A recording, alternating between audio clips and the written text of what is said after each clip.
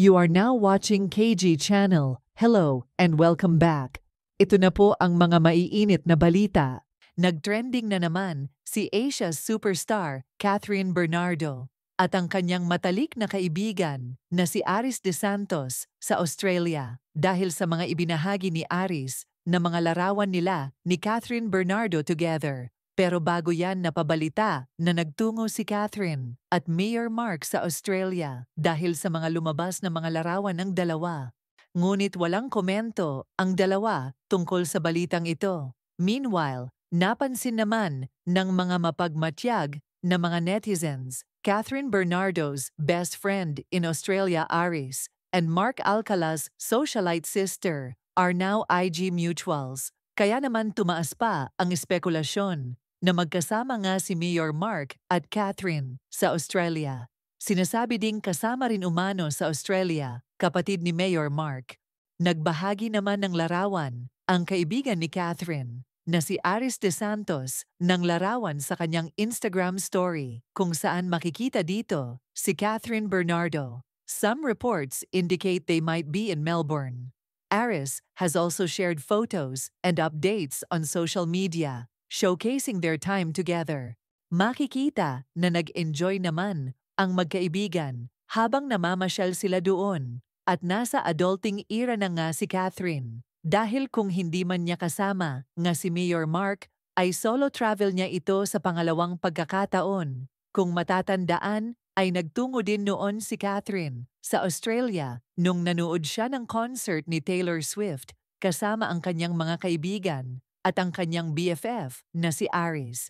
Ngayong napansin na following si Aris at ang kapatid ni Mayor Mark, mas lalo pang naging mainit ang usap-usapan na tila totoo nga ang mga espekulasyon ng mga netizens at mga nakakita sa dalawa noon sa BGC at iba pang lugar tulad ng sinasabing restaurant kung saan nag-date umano sina Mayor Mark Alcala at Catherine Bernardo doon at pinasarapan nila ito para siguradong sila lamang dalawa ang panauhin ng restaurant. Maalala din na nabalita na pati ang mga cellphones ng mga empleyado ng restaurant ay na-confiscate. Para sigurado, umanong walang mag-take ng video o kumuha ng mga pictures nila.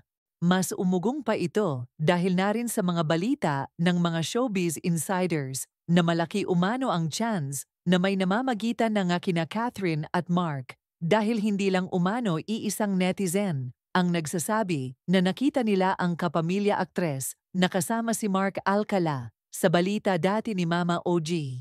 Sinabing nagpupunta pa umano si Catherine sa Lucena para makipagkita kay Mark pero sinabing galing ito sa pinagkakatiwalaang source. Ngunit hindi naman sinabing totoo ito dahil kung totoo daw ito o hindi, pwedeng mag-comment umano sina Mark at Catherine. At bukas ang kanilang show para sa isyung ito. Maraming mga hindi magandang comment ngayon kay Catherine. Dahil sa issue tungkol sa kanila ni Mayor Mark Alcala, may mga nagsasabi na may makikilala pa siyang deserving ng kanyang pagmamahal. Medyo sablay umano. Kasi ang history ni Mayor Mark sa mga naging past relationships niya at hindi umano nagtatagal ang mga relasyon niya sa mga celebrities na naging kasintahan niya tulad na lamang kay Ashley Ortega. Lalo pang naging negatibo ang comment kay Mark nung nagbahagi si Ashley ng kanyang karanasan noon sa PBB na iniwan siya ng kanyang kasintahan nung siya ay sobrang down at walang-wala sa buhay, homeless, umano siya noong mga panahong iyon. Marami naman ang espekulasyon na ang tinutukoy ng heartbroken ni Ashley noon ay ang dati anyang kasintahan na si Mayor Mark Alcala.